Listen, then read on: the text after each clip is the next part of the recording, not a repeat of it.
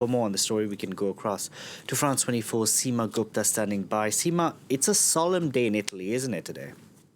Very much so. And we saw that very moving ceremony in Bergamo, of course, remembering today, the 18th of March, 1 year ago. It was on this day that we saw those tragic images, iconic images of the pandemic here in Italy, of a convoy of army trucks carrying coffins out of the city of Bergamo simply because funeral facilities could just not cope with the number of deaths. And so today is also being marked nationally. It's been officially been declared a national day of remembrance of COVID-19 victims. So we saw that ceremony in Bergamo, the Prime Minister Mario Draghi taking part. He laid a wreath at the cemetery in Bergamo and then went on to take part in this ceremony in a park in an open space in which they will be planting trees. As the mayor put it, it was a way to create a living and breathing monument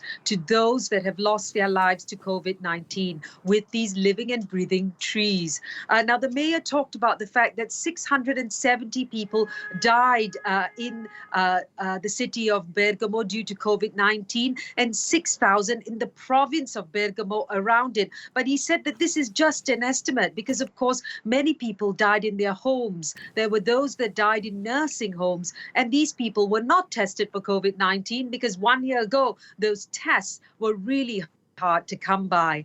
Mario Draghi trying to sound a note of hope, saying that it's a day of sadness, but one of hope, trying to assure the population that the state was there then and will continue to be so. And he tried to say that today the country is more united than ever in trying to deal with these issues of COVID-19. But of course, we are dealing with a whole new lockdown for the bulk of the country yet again. And Seema, a year has passed, but it does seem like 2020 all over again because hospitalizations are on the rise and the number of cases are on the rise in Italy as well. In fact, you're absolutely right. I mean, the mayor of Bergamo saying he was hoping that this day, 1 year on, would be actually marking somehow the end of the pandemic. But instead, you're seeing new restrictions again. We're seeing those hospitalization figures and admissions into intensive care units because of COVID-19 go back up again. And the deaths. Italy has seen more than 103,000 deaths due to COVID-19, and the figures still keep going up.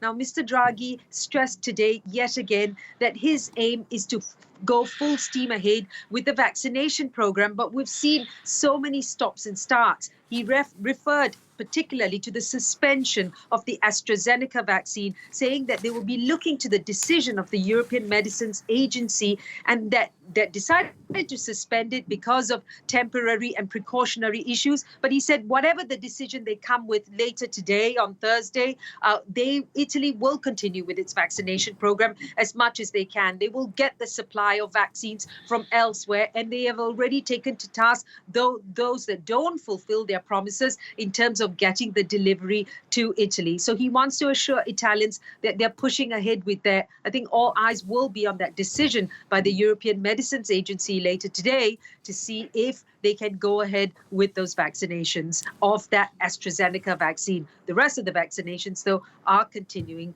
as promised. Although most Italians are feeling it's moving too slow, especially when they compare themselves to other countries. Indeed. I think everyone will be watching out for that decision from the European Medicines Agency. Seema, thank you very much for that. Seema Gupta reporting there from Rome.